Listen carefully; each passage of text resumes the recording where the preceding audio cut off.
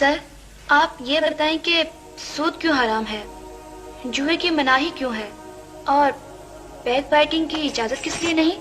بس یہ حکم ہے کلثوم بی بی، اور حکم کے لیے کوئی دلیل نہیں ہوتی۔ لیکن ہم تو کسی بات کی دلیل مانے بغیر یا اس کی لاجک سمجھے بغیر اسے تسلیم نہیں کریں گے۔ ہم پڑھے لکھے لوگ ہیں۔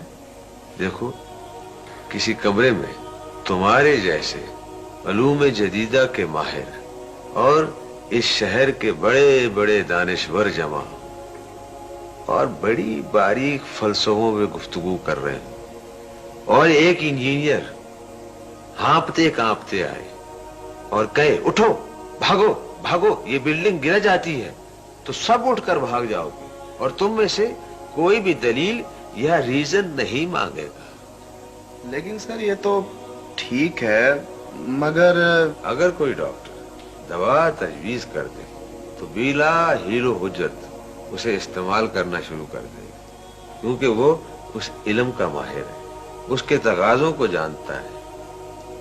اور کوئی دین کا عالم کوئی بات بتائے تو 100 مسئلے نکالیں گے، 100 باریکیاں نکالیں گے، مسلسل اعتراض کرتے چلے جائیں گے۔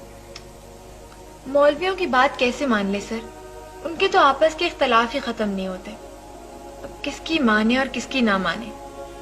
اتنی دیر میں یہی تو بات کر رہا تھا اور ہم پھر وہیں پہنچ گئے۔ دیکھو بی بی، اختلاف کہاں نہیں ہے اور کس میں نہیں ہے۔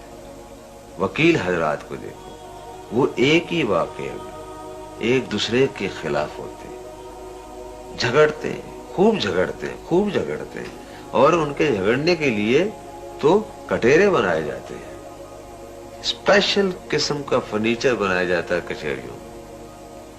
ہاں، تو میں کہہ رہا تھا کہ ڈاکٹروں میں بھی اختلافات ہوتے ہیں اور خوب ہوتے ہیں۔ وہ یہی سوچتے رہتے ہیں کس کا علاج کرے اور کس کا نہ کرے، اور ان کے اختلافات کبھی ختم ہوتے ہی نہیں۔ یہ تو ہم نے کبھی سوچا ہی نہیں تھا سر۔ لیکن سر اس کی وجہ کیا ہے کہ ان کا جھگڑا اور اختلاف ہمیں اختلاف نہیں لگتا، اور ان کا لگتا ہے جو بڑی شدت کے ساتھ؟ ہاں، اس کی وجہ یہ ہے اپنا کلثوم۔ وجہ اس کی یہ ہے کلثوم بی بی کہ جو بات کسی کو کہنی ہوتی ہے اور اس کی ضرورت محسوس کی جاتی ہے، اس کے خلاف اور ناخلاف کی پرواہ نہیں کی جاتی۔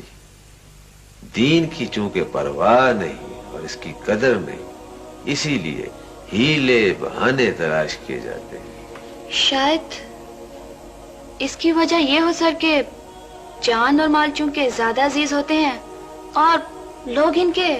شاباش، کلثوم تو بڑی سوچنے والی لڑکی ہے۔